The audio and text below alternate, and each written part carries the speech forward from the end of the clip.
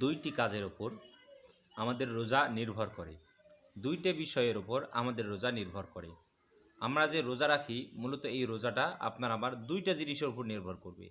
এই দুইটা জিনিস যদি আপনার আমার যদি ঠিক থাকে, আপনি আমি যদি ঠিক রাখি, তাহলে আপনার আমার ওই রোজা কবুল হবে, ওই রোজা আদায় হয়ে যাবে এবং ওই রোজার সওয়াব, ওই রোজার প্রতিদান, ওই রোজার জাযা আল্লাহ তাআলার কাছ থেকে আমরা পাবো, যদি ওই রোজার মধ্যে আমাদের দুইটা জিনিস যদি থাকে।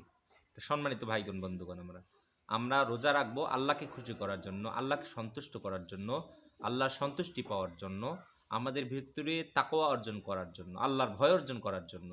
কিন্তু এই রোজাটা রেখে আমাদের রোজা যদি কবুল যদি না হয়, এই দুইটা জিনিস যদি আমাদের রোজার ভিতরে যদি না থাকে, তাহলে এই রোজাটা আল্লাহ তাআলা কখনো গ্রহণ করবেন না। প্রথম নম্বরে আপনার আমার রোজা যে বিষয়ের উপর নির্ভর করে সেটি হলো নিয়ত করা।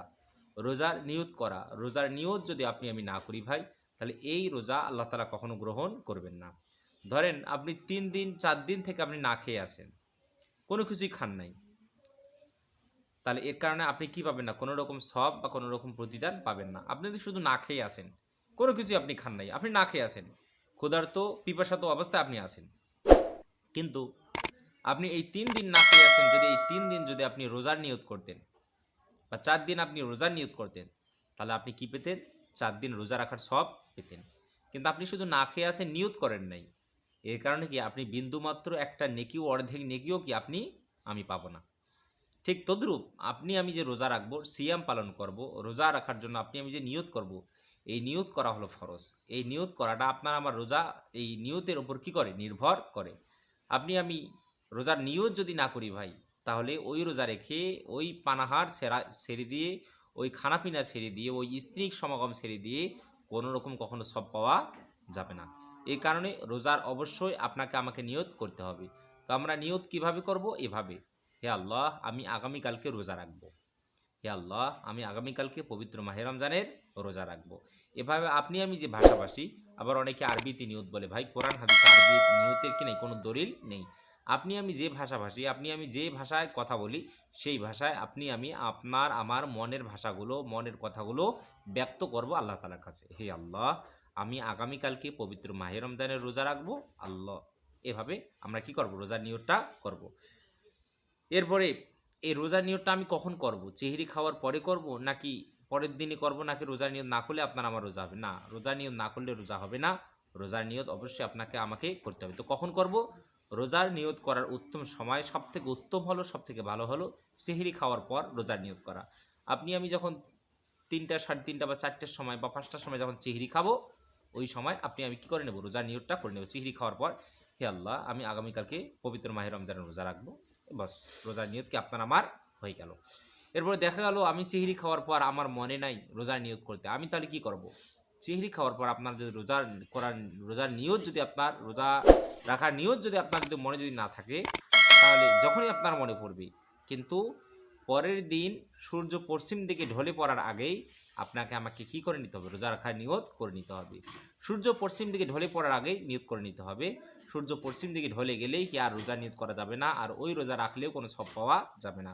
তাহলে পরের দিন 12টা পর্যন্ত আপনার কি করা যাবে? রোজার নিয়ত করা যাবে।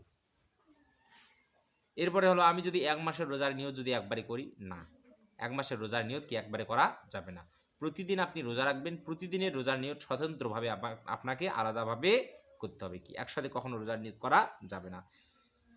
তাহলে 1 নম্বরে আমরা বুঝলাম যে বিষয়ের উপর আপনার আমার রোজা নির্ভর করে সেটি হলো নিয়তের উপরে। নিয়ত অবশ্যই করতে হবে, এটা করা কি ফরজ। কারণ রাসূল সাল্লাল্লাহু আলাইহি ওয়াসাল্লাম বলেছেন, ইন্নামাল আমাল বিন্নিয়াত, নিশ্চয় প্রত্যেকটা কাজ নির্ভর করে নিয়তের উপরে। দ্বিতীয় নম্বরে হলো স্ত্রী সমাগম এবং খানাপিনা থেকে বিরত থাকা। আপনি আমি যদি রোজা রাখি আবার খাবার যদি খাই, স্ত্রীর সাথে মেলামেশা করি, তাহলে ওই রোজা কখনো হবে না।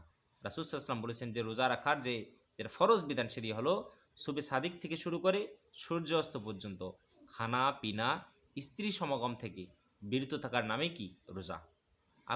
আপনাকে আমাকে খানা পিনা সব বর্জন করতে হবে, সব ছেড়ে দিতে হবে। হ্যাঁ, স্ত্রীর সাথে কখনো মিলন করা বা সমাগম করা যাবে না। রোজা রাখছি কিন্তু চুপে চুপে খাবার খাচ্ছি, পানি পান করতেছি, স্ত্রীর সাথে মেলামেশা করতেছি, বা স্বইচ্ছায় বীর্যপাত ঘটাচ্ছি, তাহলে কি ওই রোজা আপনার আমার কখনো গ্রহণ হবে না, কখনো কবুল হবে না। আপনি আমি রোজা রাখবো, কখনো রোজা রাখা অবস্থায় কখনো খাবার খাওয়া যাবে না, স্ত্রী সমাগম করা যাবে না, পানি পান করাও যাবে না।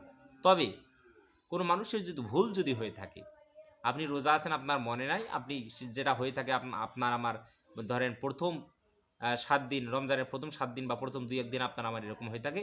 অনেক মানুষ দেখবেন ভুল করে খাবার খায়, অনেক মানুষ দেখবেন পানি পান করে, অনেক মানুষ দেখবেন আপনার অনেক মানুষের শুনবেন যে তারা ভুল করে স্ত্রী সমাগম করে। তো ভুল করে ভাই কোনো মানুষ যদি খাবার খায়, ভুল করে কোনো মানুষ যদি পান করে, ভুল করে কোনো মানুষ যদি স্ত্রী সমাগম করে, রাসূল সাল্লাল্লাহু আলাইহি ওয়াসাল্লাম বলেছেন এই ভুলটা তাকে আল্লাহ তাআলা করায়। ওই মানুষটা যে খায় বা পান করে তাকে খাওয়ায় কে? আল্লাহ তাআলা। তাকে পান করায় আল্লাহ তাআলা। এতে ওই মানুষটার কি নেই? কোনো দোষ নাই। কারণ সে তো ইচ্ছায় এই খাওয়ার কষ্ট করে নাই। সে অনিচ্ছায় তার ভুলবশত এটা হয়ে গেছে। তো ভুলবশত কোনো মানুষ যদি খাবার খায় বা পান করে, মনে রাখবেন এর কারণে তার রোজা নষ্ট হয় না। ভুল করে আপনি আমি খাবার খেলে কি হবে না? কখনো রোজা নষ্ট হবে না। কোনো মানুষ যদি এই ভুল করার পর আবার যদি সে যদি মনে করে আমি তো খাবার খেয়েই ফেলেছি আমার রোজা নষ্ট, তখন সে যদি আবার পুনরায় স্বইচ্ছায় যদি খাবার খায়, তাহলে এর কারণে সাথে সাথে তার রোজাটা নষ্ট হয়ে যাবে। তাহলে আবার কোনো মানুষ যদি স্বইচ্ছায় যদি বীর্যপাত ঘটায়, স্বইচ্ছায়, ধরেন আপনার স্বপ্নদোষ হয়েছে, এটা তো আপনার ইচ্ছায় হয় নাই, আপনার অনিচ্ছায় হয়েছে, এর কারণে স্বপ্নদোষ হলেও কি রোজা নষ্ট হয় না। কিন্তু স্বইচ্ছায় কোনো মানুষ যদি, কোনো যুবক যুবতী, কোনো নারী পুরুষ যদি বীর্যপাত ঘটায় রোজা অবস্থায়, তাহলে সাথে সাথে তার রোজাটা কী হয়ে যাবে? নষ্ট হয়ে যাবে। রব্বুল আলামিন আমাদের সবাইকে এই দুইটা বিষয় ঠিক রাখার তৌফিক যেন দান করেন, বলি আমি।